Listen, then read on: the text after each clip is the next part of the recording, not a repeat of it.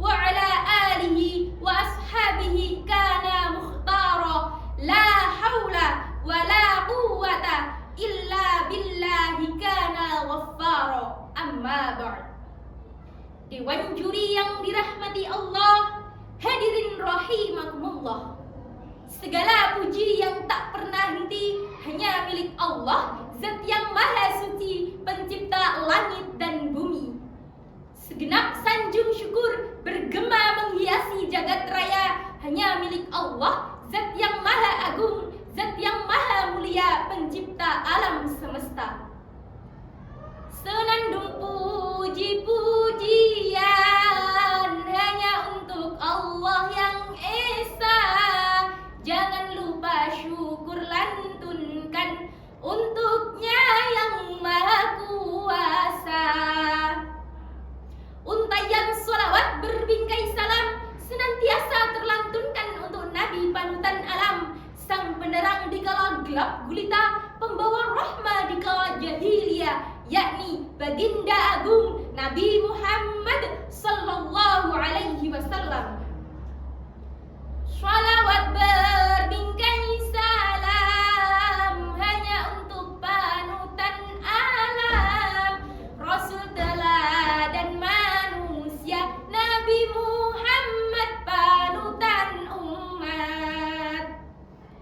Dewan juri yang arif dan bijaksana, teman-teman pejuang prestasi yang senantiasa di hati, hadirin rahimakumullah. Saya, Anggun Dwi Rahmawati dari Manduar Rembang, akan menyampaikan pidato dengan tema menjadi insan yang kreatif dalam menghadapi tantangan zaman dengan berpedoman pada Al-Quran.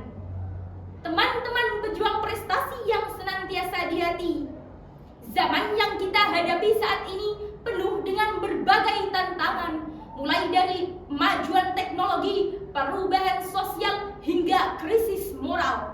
Namun, kita sebagai umat Islam memiliki pedoman yang sangat sempurna, yaitu Al-Quran, yang dapat membimbing kita dalam segala kesulitan tantangan zaman. Hadirin rahimakumullah, sebagai generasi Qurani, sudah selayaknya kita menjadi insan yang kreatif, insan yang arif dalam menghadapi tantangan zaman dengan berpedoman pada Al-Quran. Di antara sikap kreatif kita adalah bijak dalam etika digital. Maraknya arus informasi menjadi tren di era globalisasi. Masyarakat yang dulunya tradisional kini berubah menjadi radikal dan liberal. Sikap sosialis semakin menipis dan terkikis oleh budaya kapitalis. Kemerosotan moral semakin merajalela, bahkan mengesampingkan kultur sosial budaya dan agama. Dimulai dari pergaulan bebas yang tak kenal batas, perkara yang hak dan yang batil dicampur adukan, fitnah dibenarkan, konten-konten tak bermoral dipertontonkan, bahkan joget TikTok memalukan, yang penting bisa viral. Lebih parahnya lagi, baca Quran ditunda-tunda, scroll HP lupa masa, teman dunia maya berjuta-juta, namun dengan tetangga tak tahu namanya. Akhlak Nabi tak lagi jadi teladan, gaya hedon para artis jadi panutan. Na'udzubillah, tsumma na'udzubillah. Perkembangan teknologi telah membawa kita ke dalam era digital yang kompleks. Media sosial dan komunikasi online telah mempengaruhi interaksi sosial kita. Al-Quran mengajarkan prinsip-prinsip etika yang kuat, seperti halnya saling menghormati, tidak menyakiti, dan larangan menyebarkan fitnah. Bahkan Islam melarang saling menjelekkan antar saudara seiman, sebangsa, dan sesama manusia. Karena Islam mengajarkan ukhuwah Islamiyah, ukhuwah qataniyah, dan ukhuwah insaniyah. Say no to cyberbullying, pembulian, perundungan sangat bertentangan dengan Islam. Hal ini sebagaimana dijelaskan oleh Allah Subhanahu wa taala dalam firman-Nya Al-Qur'an surat Al-Hujurat ayat 11. A'udzu billahi minasy syaithanir rajim. Bismillahirrahmanirrahim.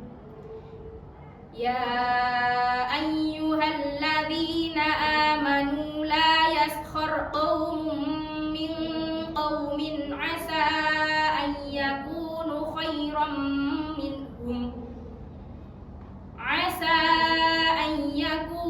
khairan minhum wala nisa'un min nisa'in asa an yakunna khairan minhun wala talmizu anfusakum wala tanabazu bil alqab bi'sal ismul fusuqu ba'dal iman wa man lam yatub fa ulaika humudz zalimun. Artinya, wahai orang-orang yang beriman, janganlah sekumpulan orang laki-laki merendahkan kumpulan yang lain. Boleh jadi yang ditertawakan lebih baik dari mereka. Dan jangan pula sekumpulan perempuan merendahkan perempuan yang lainnya. Boleh jadi yang direndahkan itu lebih baik dari mereka. Janganlah suka mencela dirimu sendiri dan jangan memanggil dengan gelar yang mengandung ejekan. Seburuk-buruk panggilan adalah panggilan yang buruk sesudah iman. Dan barang siapa yang tidak bertaubat, maka merekalah orang-orang yang zalim. Ayat tersebut mengingatkan kita untuk berbicara dengan bijak dan menjaga adab dalam berkomunikasi dan bersosialisasi. Dalam menjalani kehidupan digital, kita dapat mengadopsi prinsip-prinsip Islam sebagai pedoman untuk berinteraksi secara positif dan membangun komunitas yang harmonis dan humanis. Hadirin rahimakumullah. Maraknya media sosial sudah selayaknya akan kita jadikan sebagai wadah dalam berdakwah. Wadah menyampaikan pesan-pesan kebenaran, menyampaikan amar ma'ruf nahi mungkar. Jangan sampai tugas kita sebagai penerus pesan kebenaran malah terjerumus menjadi pembawa fitnah dajjal. Na'udzubillah, tsumma na'udzubillah. Saudaraku, tantangan zaman adalah bagian dari ujian kehidupan. Mari kita jadikan Al-Quran sebagai pedoman dalam menghadapi setiap tantangan.